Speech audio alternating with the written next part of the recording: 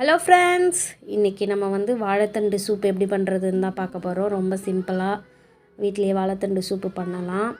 வாங்க எப்படி பண்ணுறதுன்னு பார்க்கலாம். ஒரு 2 ஸ்பூன் வந்து எண்ணெய் விட்டுக்கலாம் குக்கர் சூடானதும்.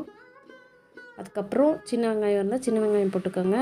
என்கிட்ட இல்லாததுனால நான் இப்போ பெரிய வெங்காயம் போட்டிருக்கேன். வாழைத்தண்டு சூப் வந்து வயிற்றில் ஸ்டோன் இருக்கிறவங்களுக்குலாம் வந்து சாப்பிட்டா சரியாகும்னு சொல்லுவாங்க. வாழைத்தண்டு பொரியலாக சாப்பிட பிடிக்காதவங்களுக்கு சூப்பாக கொடுத்துடலாம். எங்கள் வீட்டு குட்டீஸ் பொரியல் சரியாக சாப்பிட மாட்டாங்க. அதனால் இந்த மாதிரி ரொம்ப பொடிசாக கட் பண்ணி சூப் மாதிரி பண்ணி கொடுத்துட்டோம்னா விரும்பி சாப்பிட்ருவாங்க. இந்த மாதிரி பொடியாக கட் பண்ணிவிட்டு வெங்காயத்தை லைட்டாக ஒரு 2 வதக்கு வதக்கிட்டு அதுக்கப்புறமா இந்த வாழைத்தண்டையும் ஒரு 2 வதக்கு வதக்கி கொஞ்சம் இஞ்சி பூண்டு பேஸ்ட்டு, கொஞ்சமாக மஞ்சள் பொடி போட்டுட்டு கலந்து விட்டுக்கோங்க. உப்பு தேவையான அளவு போட்டுக்கலாம். அந்த இஞ்சி பூண்டு வாசனை போனதுக்கப்புறமா நம்ம கொஞ்சோண்டு கரம் மசாலா போட்டுக்கலாம். கொஞ்சம் நல்லாயிருக்கும். வாழைத்தண்டு துவர்ப்பு தெரியாமல் இருக்கிற மாதிரி இருக்கும், கொஞ்சம் ஸ்மெல்லிங்காக இருக்கும். அதனால் கொஞ்சம் கரம் மசாலா போட்டுட்டு தேவையான அளவு தண்ணி ஊற்றிக்கலாம். ஃபஸ்ட்டு நம்ம கொஞ்சமாக வேக வைக்கிறதுக்கு தண்ணி ஊற்றிக்கலாம், இல்லைன்னா குக்கர்லேருந்து ஓவராக வெளியே வந்துடும். அதுக்கப்புறம் நமக்கு எவ்வளோ தண்ணி தேவையோ அந்த அளவுக்கு நம்ம ஆட் பண்ணிக்கலாம். 2 விசில் குக்கர் வந்து விசில் விட்டுட்டு எடுத்துகிட்டு எனக்கு தேவையான அளவு நான் தண்ணி ஊற்றிக்கிட்டேன்.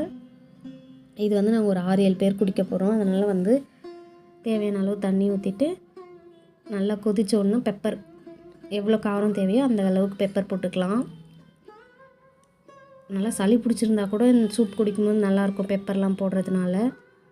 அதுக்கப்புறமா வந்து கார்ன்ஃப்ளவர் 2 ஸ்பூன் எடுத்து கரைச்சி வச்சுருக்கேன்.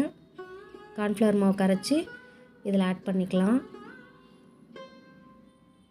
ரொம்ப நமக்கு கடையில் இருக்க மாதிரியே டேஸ்ட்டும் நல்லாயிருக்கும். வீட்டில் செய்யும்போது இன்னும் நல்லா ஹெல்த்தியாகவும் இருக்கும். நீங்கள் வந்து செஞ்சு பாருங்கள், ரொம்ப நல்லாயிருக்கும். நல்லா ஒரு 2 கொதி வந்ததுக்கப்புறமா கொத்தமல்லி தழையை தூவிட்டு உப்பு காரம் பத்தலைன்னா நம்ம ஆட் பண்ணிக்கலாம்.